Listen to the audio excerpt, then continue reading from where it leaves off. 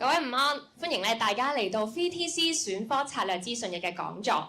在場朋友你哋好，直播緊嘅朋友大家好。我係你哋今日嘅主持人，我叫 Crystal。相信大家坐得喺呢一度一定都對我哋 VTC 酒店旅遊學科非常之有興趣㗎啦。啱晒，因為我哋今日邀請到4位嘅課程主任嚟到呢度同我哋去分享我哋一啲新嘅課程元素。先同大家介紹下我哋4位嘉賓先，分別係有旅遊及盛事管理高級文憑課程主任 Ophelia， 環球酒店管理高級文憑課程主任 Leo， 廚藝高級文憑課程主任 Maxwell， 廚藝高級文憑中華廚藝 Daniel。歡迎晒4位嘅嘉賓，我會喺稍後嘅時間邀請佢哋到台上同我哋分享下一啲新課程元素嘅。事不宜遲啦，而家就讓我先同大家介紹下我哋嘅課程先。我哋嘅課程主要其實係有4大範疇嘅，大家會喺熒光幕度見到啦，分別就係我哋嘅康體文娛及運動、廚藝、旅遊及會議展覽，以及酒店及餐飲。大家睇到其實都係4個好唔同嘅範疇啦。不過其實佢哋都有住一定嘅共通點嘅。第一就係無論你讀邊一個學科都好啦，其實你都有好多嘅機會可以去到海外啦去做一啲交流嘅。包括咗海外嘅實習啦，或者去一啲唔同國家、唔同城市去參與一啲嘅比賽等等嘅。除此之外你喺呢度學到嘅內容都係非常之貼地嘅。咩意思呢？即係講緊你喺度學到嘅技能都可以應用翻喺你嘅日常生活入邊。例如你讀運動課程啦，其實你又可以學到點樣去運用一啲運動器材。你去讀廚藝課程其實你又可以學到烹調唔同國家嘅美食。所以話我哋嘅實用性係非常之高嘅。仲有就係呢度學到嘅技能都係一啲可以轉移嘅軟技能嘅。例如就係一啲溝通嘅技巧啦、解難嘅能力等等。無論你日後係咪打算投身我哋呢一個行業都好啦，呢一啲技能都能夠應用翻喺你嘅行業上面啦，可謂終身受用嘅。如果你今日嘅成績 fit 喺你嘅文憑試考試入邊攞到5個2，包括中文2、英文2嘅話其實你就可以修讀我哋熒光幕上面嘅12個嘅高級文憑課程。但係如果你話失咗手，咁點算呢？唔緊要嘅，我哋亦都有7個嘅文憑課程，同埋2個嘅基礎課程文憑可以俾你做翻選擇。所以總有一科係會合適你去修讀嘅。好啦，我哋正式去進入我哋今日講座嘅主題啦。我哋今日講座嘅主題係旅遊、餐飲新時代課程新陣勢。講到新時代都想俾大家諗一諗，你哋覺得而家嘅旅遊業啦、餐飲業啦嘅發展其實係點呢？可能有啲人會同我講啦，就係好多人北上消費啊，香港生意麻麻地啦，啲餐飲好似冇乜生意咁樣。但係相反地其實我唔係咁樣睇嘅，我睇得好正面。點解咁講呢？因為我見到其實政府落實咗好多唔同嘅政策啦、唔同嘅措施啦，去配合我哋呢個行業嘅發展啦。再者亦都有好多唔同嘅基礎建設其實係落實緊嘅。所以你會見到個支援非常之多。喺新時代之下我見到3個好大嘅特點。包括咗新嘅政策出現咗，新嘅基礎建設出現，同埋新嘅旅遊模式出現咗。我逐一同大家去分享一下嘅。先講一講我哋新嘅政策方向先啦。喺最新嘅一份施政報告入邊其實都見到其實非常政府非常之支持啦我哋嘅盛事啦、文化啦、體育啦、生態等等嘅行業發展。其實正正就係我哋同學仔而家讀緊嘅學科嘅一啲內容嚟嘅。除此之外亦都推出咗呢個香港旅遊業發展藍圖2.0。當中就已經指明咗未來10年香港旅遊業嘅發展方向會係點樣。其中有一個部分提及到啦，去到2029年啊，大概5年之後啦，其實香港旅遊業嘅增加值會去到1200億，而就人口都會去到21萬。咁即係簡單嚟講咧，當你今日選擇修讀我哋呢一個課程嘅話咧，其實到你畢業之後咧，你係有好多就業嘅機會，同埋有好大嘅發展空間俾到你嘅。咁啊，除咗政策，都同大家講下個新嘅基建啦。咁啊，陸陸續續咧，我哋見到好多新嘅基礎建設落成咗啦，例如有呢個機場嘅第3條跑道啦，唔同嘅酒店落成，包括咗合和酒店啦、香港啟德帝城酒店等等啦。咁啊，不得不提嘅就係而家城中熱話一個新嘅演唱會地標。唔知大家有冇最近咧去睇演唱會啊？最近咧咪有呢個 Coldplay 啦，同埋呢個謝霆鋒嘅演唱會嘅。有嘅話舉舉手嚟睇下，有冇人有去睇呢個演唱會啊？而都有啲朋友仔其實真係有去睇演唱會喎。咁啊，而呢個新嘅演唱會地標咧就係啟德體育園。咁我哋 VTC 咧都率先咧同啟德體育園以及呢個香港啟德帝城酒店咧簽訂咗合作備忘，一齊咧去培育更加多呢一方面嘅人才嘅。咁啊就好似咧啱啱過去有個盛事就係7人欖球賽啦。咁啊其實咧啟德體育園都邀請咗我哋好多 VTC 嘅同學仔，超過400個我哋酒店旅遊學科嘅同學仔咧去做兼職。咁啊翻嚟嘅迴響咧非常之好喎。點解咁好咧？因為佢哋話人工好高喎，識到朋友啦，仲有球星可以睇啦，好開心可以參與到唔同嘅盛事。咁所以你會見到咧，喺我哋呢度讀書咧，有好多發展嘅機會俾到同學嘅。咁啊講完基建啦，仲有一個咧就係新嘅旅遊模式出現咗啦。咁啊，你會見到咧，而家無論旅遊業啦、餐飲業啦，都融入咗好多科技嘅元素喺入邊嘅。咁啊，如果你有去酒店嘅話咧，其實可能你都會見到有啲智能嘅機械人咧喺度幫你辦理一個入住手續啦。咁啊，有啲人工嘅智能啦，同埋啲大數據咧應用咗喺個行業入邊，優化咧旅客嘅體驗。咁我唔知大家咧啱啱5·1黃金週嘅時候咧，有冇出去感受下氣氛啊？條街係咪好多人啊？係啊，因為咧我哋有好多嘅旅客啦、內地嘅朋友啦嚟咗我哋香港啦。咁但係你會發現咧，佢哋而家咧其實咧嚟香港嘅旅遊模式咧係唔一樣喎。點解唔一樣法咧？就係佢哋而家咧更加去追求深度嘅旅遊、深度嘅體驗。咁啊，希望探索多啲本土嘅文化啦。咁再者咧，就係佢哋咧而家對我哋嘅高端餐飲要求咧都越嚟越高㗎。咁所以你會見到咧，新時代下咧，其實有3個重點出現咗啦。咁我哋 VTC 咧都與時並進啊，見到有新時代出現咧，我哋都添加咗好多新嘅元素喺入邊啦，造就咗咧我哋今日嘅課程新陣勢。咁我哋今日咧主要會同大家咧分享3個嘅我哋嘅課程嘅。咁啊，我哋事不宜遲啦，不如而家咧就邀請咧我哋嘅學科課程主任咧上到嚟同大家咧去做一個分享啊。咁首先咧邀請我哋嘅旅遊及盛事管理高級文憑課程主任 Ophelia 有請。環球酒店管理高級文憑課程主任 Leo 有請。廚藝高級文憑課程主任 Maxwell 有請。廚藝高級文憑中華廚藝課程主任 Daniel 有請。有請晒4位。好，請坐下4位。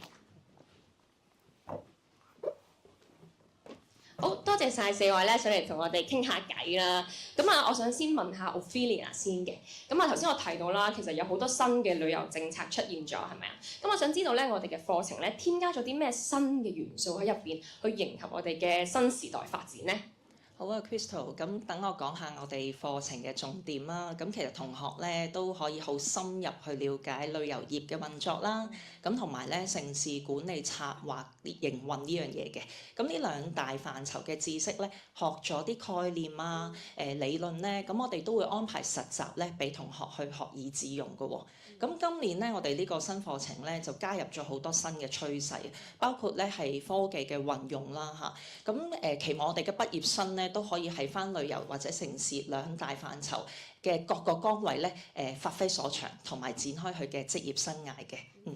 咁我咧其實都知道咧，而家政策成日講無處不旅遊喎。咁我想問咧，其實都會唔會配合到呢個新嘅政策？有冇啲咩元素添加咗喺入邊咧？絕對有啊，因為其實咧，我哋個課程咧真係無處不旅遊嘅。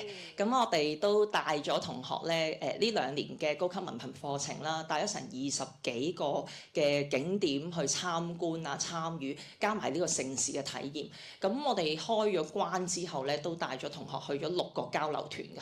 咁所以咧，其實咧大家可以睇下啲相先啦，啲同學真係好開心㗎，邊玩邊學咧。咁 Crystal 你覺得點啊？佢哋？我覺得好開心啊！嗱，你大家都睇到啦，其實咧，即係好多嘅景點咧，香港景點咧，都俾你哋去暈晒咯。其實係㗎，咁咧我哋啲同學仔咧一路玩嘅時候咧，都會睇到啲旅遊從業員嘅身上學到一啲知識同技能啦，同埋咧佢哋出街咧就會見到，哇！原來真係無處不旅遊㗎喎，個個地方都有唔同國籍嘅旅客喺一度㗎喎。咁所以咧呢個過程咧都會好深度咧，俾到同學一個即係旅遊營運嗰個模式係點樣嘅嚇，俾佢哋了解得到。咁大家我諗近排都好興，成日新聞聽到呢個城市經濟啦，係嘛？咁我哋咧都趁住呢個啟德體育園開幕嘅時候咧，3月份帶咗同學咧係免費睇7人欖球賽嚇。咁阿 Crystal 你有冇去啊？我冇去啊，好可惜啊！我聽到你話有免費飛啊，其實我都好想去，不如你下次帶埋我一齊去啊！係啊，因為咧城市咧真係要親身體驗㗎，係啊，即係就咁聽人講咧好好玩，但係如果你真係去過一次咧，你會好想再上癮咁樣去㗎，係啊。咁同埋咧我哋都承諾啦，真係每一個學期咧最少會俾同學一個盛事嘅體驗。咁包括咧即係除咗呢啲嘅體育比賽啦，咁我哋其實仲有好多節慶啊、大型嘅展覽啊、演唱會咧，我哋都會帶同學去㗎。咁等佢哋睇到咧，原來成個盛事背後嘅策劃咧，真係唔簡單唔容易㗎，係啊。咁我想問下啦，會唔會都有啲新嘅科技元素咧加咗喺入邊嘅咧？有啊，咁我哋頭先都講啦，有咁多嘅即係新嘅科技啦，而家好興講呢低空經濟啊，或者係一啲智慧旅遊啊咁樣。咁我哋咧課程咧都加插咗一個無人機嘅操作，咁同學咧可以了解一下嘅嚇。咁另外而家好興咧，即係做直播啦，包括我哋今日呢個即係活動咧，其實都直播緊嘅。咁同學仔咧，我哋喺課程咧都會教佢一啲儀器嘅操作啦嚇，直播嘅技能啦，咁咧就即係等佢哋可以感受一下科技帶嚟一啲有咩好處咁樣嘅。喺呢度咧就想都同各位分享一下咧，我哋嘅同學一啲嘅作品嚇。咁大家睇到咧係一個虛擬旅遊嘅體驗嚟㗎，其實個地點咧係香港動植物公園。咁我哋啲同學咧，即係除咗玩之外咧，其實都可以一路玩一路學，一路去應用翻佢學過嘅知識咧落去自己作品入邊喎。Crystal，你覺得有冇即係好似去咗呢個公園咁啊？有啊，尤其是咧天氣咁熱咧，我可以坐低咁可以行晒成個公園咧，我覺得哇非常之好啦。其實大家如果今日想體驗咧，都有辦法㗎喎。我哋出邊咧亦都有一個虛擬嘅旅遊體驗咧，陣間可以試試啊。係啊，咁其實咧佢哋帶啲好簡單嘅器材啦，經過一啲後期嘅製作啊、聲音導航咧，咁可以令到大家咧即係好似親歷其境咁樣啊。透過呢個科技，咁所以咧其實我哋啲僱主都好中意呢啲技能㗎，係啊，咁佢哋都會反映俾我哋聽啦。咁我哋啲同學仔又好有滿足感嘅，咁都期望各位同學啦，透過我哋課程咧學到好多唔同嘅知識，學以致用，咁迎接呢個旅遊嘅新時代。好啊，唔該晒Ophelia。咁我聽到咧，其實入邊咧應用咗好多科技元素啦。哇，仲有得學呢個無人機操作，我自己都好有興趣啊。咁除咗你嘅課程之外咧，其實我知道咧，我哋環球酒店管理高級文憑咧都應用咗唔少科技元素喺入邊㗎。可唔可以都請 Leo 同我哋分享一下？好啊 Crystal， 大家好。咁咧，其實我哋環球酒店管理高級文憑咧，亦都加插咗酒店數碼視覺嘅呢啲內容嘅。咁其實酒店數碼視覺咧，其實就係一啲同學仔可以利用唔同嘅 software 啦，再加上自己嘅創意思維咧，係將自己腦入邊嘅點子咧，係可以呈現喺僱主面前咧，變成一啲唔同嘅方案，係可以咧增加僱主嘅一啲收入啦，或者可以提升一啲客戶嘅體驗嘅。咁其實呢一類嘅技能咧係非常之受僱主歡迎嘅而家。咁因為咧大家都有留意到啦，喺疫情之後咧，其實酒店業咧係大幅度咁利用咗好多唔同嘅智能酒店智能嘅科技咧，係入咗酒店入邊嘅。咁所以咧，同學仔如果喺職場上面未投身職場之前咧，已經能夠 equip 到呢啲嘅技能嘅話咧，咁其實大大提升咗我哋同學仔嘅一啲employer 嘅一啲僱主嘅一啲機會嘅。咁其實除咗數碼技術之外咧，其實我哋而家大家都會見到嘅啦，我哋另一個內容加插咗落我哋嘅課程內容入邊咧，就包括咗啲物聯網嘅知識啦。咁其實而家大家望到嘅咧，就係一個喺酒店界咧非常之popular 嘅一個物聯網嘅一個系統嚟㗎。咁其實咧，同學就可以透過呢個物聯網嘅系統咧，就實時會見到咧成間酒店嘅運作啦，同埋資源上面嘅調配。咁所以咧，其實我哋希望同學仔咧啲2年嘅課程入邊咧，係學習唔同嘅科技嘅元素啦，係可以未投身社會之前咧，係已經可以咧熟習晒呢啲嘅科技啦，係從而令到佢投身社會之後咧，係能夠得心應手一啲咯。原來咧而家讀酒店咧都唔係單單讀理論嘅喎，好多系統嘅嘢咧都需要學習，好多科技嘢咧都可以學埋啊！咁啊，其實都可以學到唔同嘅技能啊！咁我知道咧，除咗科技啦，其實會唔會咧都有一啲新嘅政策可以配合到咧，去迎合我哋嘅新時代嘅咧？有嘅 Crystal， 我諗大家咧都有留意近排嘅政府嘅施政報告啦。咁其實咧，香港政府咧都鋭意將香港咧打造成為一個綠色城市，咁亦都大力推動咧香港咧嘅綠色產業。咁其實咧，作為我哋香港4大經濟支柱之一嘅酒店及旅遊啦，其實我哋都擔當住一個咗啲永續性嘅內容啦，同埋啲 ESG 嘅內容啦，係希望同學仔咧係更加緊接住成個社會嘅脈搏，咁同時間咧係可以順利咧將來成為我哋酒店嘅主人翁嘅。咁其實咧我都覺得咧環保呢個議題而家真係好重要，政府都非常之重視啦。咁我同時間咧係可以順利咧將來成為我哋酒店嘅主人翁嘅。咁其實咧我都覺得咧環保呢個議題而家真係好重要，政府地方嘅咧大把機會 Crystal。咁其實咧我哋嘅課程宗旨咧，其實就係希望同學仔除咗讀書之外咧，都係透過唔同嘅學習機會啦，係去睇多啲成個世界，知多啲成個環球酒店嘅一啲嘅知識。咁所以咧，其實我哋每年咧都會搞好多唔同嘅遊學團咧，係俾同學仔咧去擴闊佢哋嘅環球視野嘅。咁包括咗我哋每年都會搞法國酒莊啦，咁其實去到唔同嘅地方咧，睇一睇呢個世界入邊一啲好頂尖嘅一啲釀酒技術啦，咁另外我哋都會帶同學仔去到奧地利啦，咁睇一睇一啲傳統古堡式酒店嘅運作嘅。咁另外喺智能酒店方面咧，我哋都會帶同學仔去到東京啦。咁當然我哋祖國內地嘅經濟嘅酒店發展咧，我哋都會涉獵得到嘅。我知道咧酒店咧其實都好重視實習呢一樣嘢啦。咁我想問下啦，咁實習有冇話指明我一定要做邊間酒店，定係其實我都有機會去第二啲地方度去做實習嘅咧？如果個同學仔咧讀咗我哋呢個課程嘅話咧，咁其實實習啦係我哋一個最重要嘅其中一個元素嚟嘅。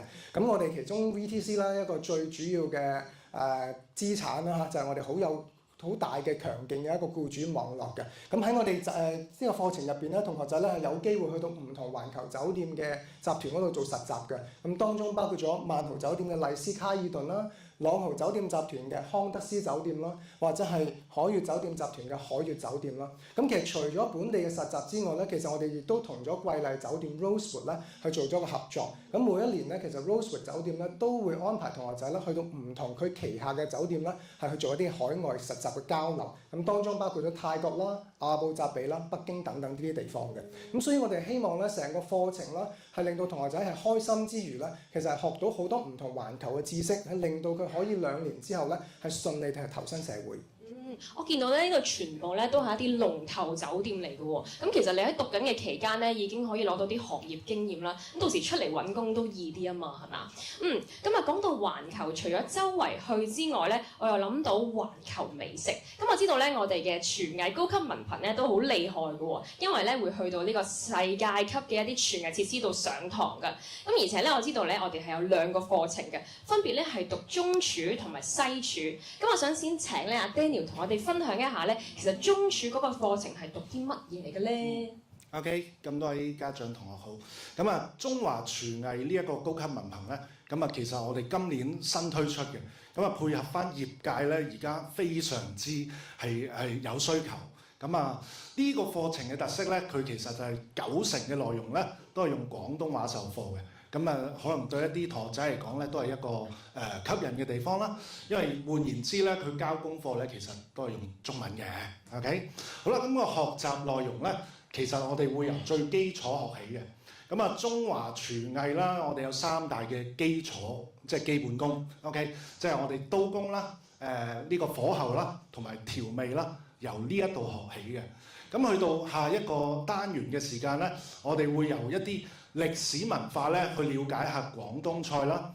咁啊，廣東菜即係包括咧我哋嘅潮汕啊，係咪順德啊之類嘅地方啦。又或者我哋嘅用外省菜或者地方菜啦。咁即係大家聽過嘅四川菜啊、湖南菜啊、上海菜啊，即係基本上8大菜系咧喺我哋嘅課程都會學到嘅。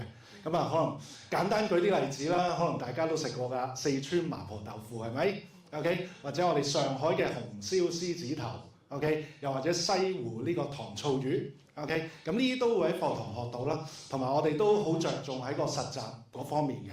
咁喺呢啲學習嘅時間咧，我哋當然咧係邀請翻業界嘅大師咧去駐場去為大家示範啦，同埋去指導嘅。即係例如大家成日喺電視節目見到嘅大師，例如陳國強師傅啊，即係好多家長可能知啦，可能跟佢學煮餸，又或者三姐啊嗰啲咧，其實都係我哋嘅客席大師嚟嘅。OK， 咁所以完晒呢啲單元之後咧，我哋有一個叫新派中菜嘅單元，咁咧就融合咗咧，因為佢學咗一啲基本嘅經典名菜啦，然後咧就會加入一啲新嘅擺盤啦，或者新嘅分子料理嘅元素，去研習去發展自己嘅新菜式。咁又想堂仔咧可以有個能力去研發菜式嘅，咁啊最後啦，去畢業嗰陣咧，仲可以考呢個一試兩證。即係咩咧？考一個試會攞到2張證書，一張就係我哋中華廚藝學院頒發嘅廚師證，另一張咧就可以喺大灣區發展嘅國家資歷嘅烹調師。OK， 因為如果想返大灣區發展咧，呢一張烹調師嘅證咧係一定需要有，先至可以進入呢個行業嘅。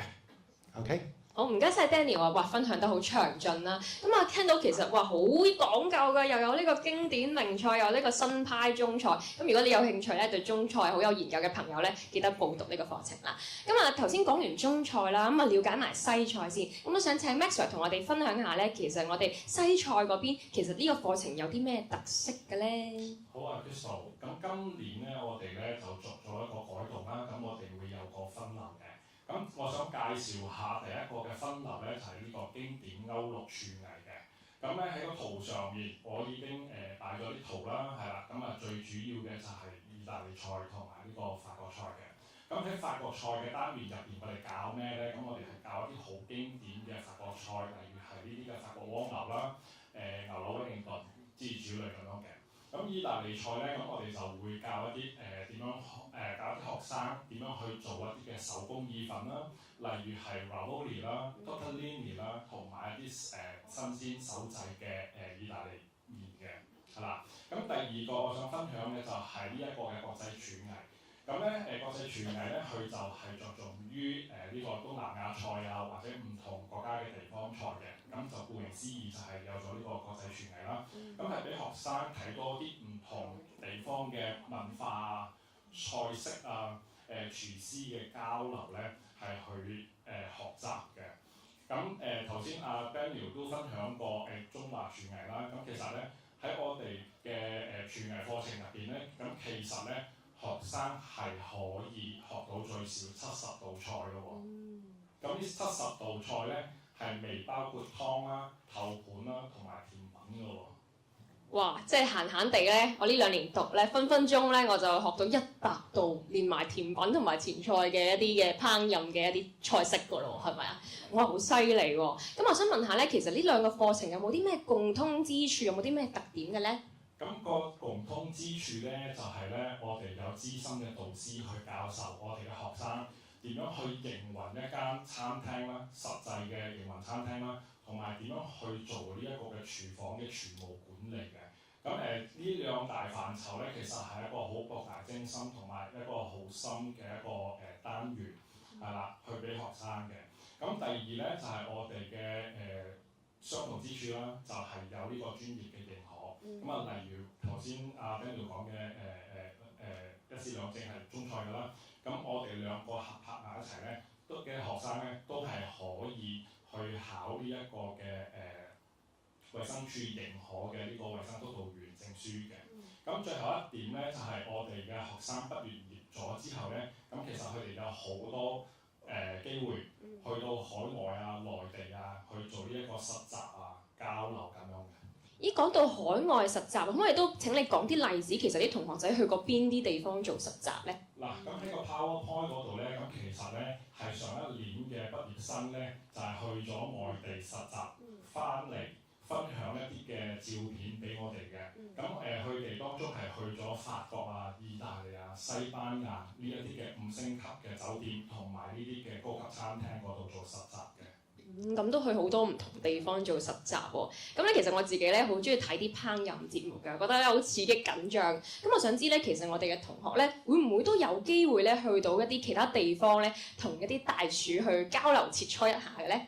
有啊，咁呢個咧我哋嘅學生咧會被挑選去參加呢個比賽啦。咁一個好好嘅例子就係呢個嘅世界技能大賽啦，2024年法國里昂嗰度舉行嘅。咁呢一啲咧圖片咧都係學生攞獎啊，分享翻嚟嘅一啲照片俾我哋嘅。咁啊真係好豐富啊個課程，又可以去交流啦，又可以咧去實習啦，仲可以參加比賽。咁我知道咧，除咗課程內容非常之豐富之外咧，其實我哋嘅設施都好厲害㗎喎。嗱，不得不同大家介紹下咧，我哋嘅國際廚藝學院嘅廚藝館，曾經咧都有啲名人咧嚟過呢度做拍攝，俾大家估下先，知唔知咧係啲咩名人嚟過我哋度做拍攝咧？我估下先，係12個。哇，好叻啊！我已經聽到係啊有朋友仔咧答到啦，就係 Mirror，睇嚟有睇電視啊！咁啊冇錯啦，就係咧我哋著名嘅男子團體 Mirror 咧，都嚟過我哋呢一度咧拍攝呢個 Mirror Chef 嘅喎。咁啊，你見到咧我哋設施犀利到吸引到唔少嘅名人嚟啦。咁啊，除咗吸引到名人嚟之外咧，我哋自己都出產唔少名人嘅喎。咁啊，就好似咧，大家咧喺熒光幕見到啦，呢位畢業生咧就係讀完我哋嘅廚藝課程㗎啦。咁佢係 Frankie，咁佢攞咗今年咧米芝蓮嘅星級主廚大獎嘅，咁啊非常之厲害。咁啊，所以咧，聽咗咁多資訊啦，相信大家咧都應該對我哋嘅課程認識咗好多啦，同埋應該非常之有興趣。咁所以咧，如果你今日咧自問咧，其實你係覺得你係好有興趣的話咧，我哋其實 VTC 咧都提供到一條龍嘅升學階梯俾你。無論你嘅成績考成點咧，我哋之後咧都可以幫你銜接翻去咧學士學位課程嗰度。咁日後咧亦都有機會喺我哋嘅行業咧發展得更加好啦。好似咧我哋咧呢度見到嘅星級英雄咁樣啦，喺行業上面發光發亮。咁話唔定咧，下一個咧拍攝呢個雜誌封面嘅咧就係你啦。好啦，咁所以如果咧你自問自己其實對一啲盛事啦，中意出去玩啦，好有興趣啦，或者你好中意去環球，周圍去唔同酒店度做實習去學嘢啦，甚至乎咧你係都中意煮嘢食，中意做呢個大廚，煮中菜、煮西菜嘅話咧，我哋今日咧非常歡迎你去報讀我哋嘅課程嘅。咁啊，最後啦，其實我哋嘅講座咧都接近尾聲㗎啦。咁啊喺完結之前咧，我都想請我哋4位課程主任咁難得嚟到呢度咧，講啲勉勵嘅説話，鼓勵下咧我哋啱啱考完文憑試嘅應屆文憑試考生先。咁啊，先請 Ophelia。好開心今日見到咁多家長同同學，咁我覺得咧就真係條條大路通羅馬嘅。咁我都知大家心情都好緊張啊嘛，等呢個放榜。咁不論咧成績即係好或者唔好，咁我覺得咧今日大家坐得喺度咧已經踏出咗第一步嚇。咁我哋慢慢咧一步一步行去終點嗰度。咁都想分享一個小小嘅例子嘅。咁喺後面咧我哋 poster 有位着藍色西裝嘅畢業生啦。其實佢唔係其中一小撮嘅同學，因為太多啦。如果唔係擺晒太多 banner 出嚟，咁呢位同學咧其實中學咧好差嘅。佢讀到中3，基本上啲成績根本都跟唔上，咁佢就入咗嚟我哋職業訓練局啦嚇，讀咗文憑，然後輾轉讀咗我哋旅遊科嘅高級文憑，咁最尾咧就係佢即係覺得好中意啊，咁佢咧就即係考取咗我哋賽馬會獎學金150萬嘅獎學金，而家喺外國嗰度升學3年，咁所以其實太多呢啲例子，咁都好想分享俾同學聽，真係即係你肯行出第一步咧，朝住目標方向一定係會達得到嘅。啱啱提到一個好重點啊，就係話獎學金咧，其實都真係可以幫助到好多啦，可以幫助你繼續求學啦。咁啊，多謝晒 Ophelia，都請 Leo 咧同我哋去講幾句勉勵嘅説話啊。好，咁就作為過來人嘅我啦，不須即係我已經唔係考 DSE 㗎啦，我係考 DSE 年代之前嘅，咁都好明白各位同學仔咧，可能都會好緊張，咁但係都係一句説話啦，就係其實 DSE 咧都只係我哋人生中嘅一個中途站嚟嘅，咁所以咧無論點都好啦，繼續向前行向前衝。努力增值自己，我哋職業訓練局咧一定幫到大家咧，可以踏上康莊大道嘅。非常之好啊，講得非常之好。就係咧，其實增值自己好重要，咁所以咧記得報讀我哋嘅課程啦。咁啊，再請 Daniel 同我哋分享幾句啊。好，唔該 Crystal。咁啊，最後啦，咁啊都祝大家咧嗰個 DSE 都係理想啦。但係咧，我覺得大家今日咧嚟聽咗我哋呢一個 talk 嚟講咧，其實你已經做咗一個好好嘅準備。所以不論你嗰個成績係點樣都好啦，其其實你有預早嘅準備咧，其實已經係好好㗎啦。OK， 咁啊都係送3個字啦，例牌㗎啦，俾心機。係啊，非常之好，俾心機，好精警啊！好啦，最後啦，都請 Maxwell 咧同我哋講幾句鼓勵嘅説話。好啊，頭先我都想引用翻阿 Leo 啦，同埋阿 Ophelia 嗰個嘅條條大路通羅馬啦，同埋成績好與唔好呢一個話題嘅。咁我想講嘅就係話咧，學生最緊要就係認清自己嘅方向啦，揾到自己嘅目標啦，同埋嗰個興趣先至係最緊要嘅，係啦，唔該晒。好啦，多謝 Maxwell 嘅分享啦。咁啊，聽咗4位嘅一啲課程主任嘅分享之後咧，相信大家咧都應該更加有一啲目標。咁如果其實你覺得唔夠喉咧，冇問題嘅。一陣間會後咧，其實咧我哋仲有1對1嘅諮詢時間。咁所以如果你有興趣咧，記得留低去揾我哋嘅課程主任去傾下偈啦。咁啊，假設咧，如果你今日咧成功去報讀我哋嘅課程嘅話咧，最快6月4號咧，你就可以獲得呢個有條件嘅取錄。咁即係簡單嚟講咧，你喺放榜之前，好似啱啱 Daniel 咁講啦，已經做定咗2手準備，你就可以好放心咁樣去放榜㗎啦。好啦，咁我哋今日嘅時間咧都差唔多啦，多謝咁多位嘅朋友嚟到呢度聽呢個講座。